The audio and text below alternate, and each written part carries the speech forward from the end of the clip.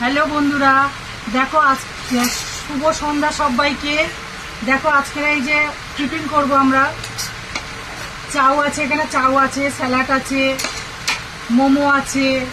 মোমোর স্যুপটা দিয়েছিল, হ্যাঁ এই যে স্যুপ মোমোরা। এই যে চাউটা কালারটা খুব সুন্দর হবে।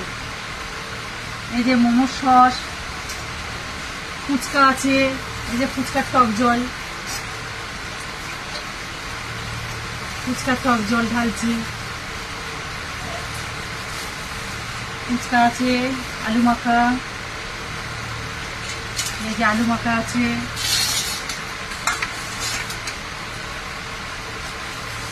এই যে ফুচকা আছে।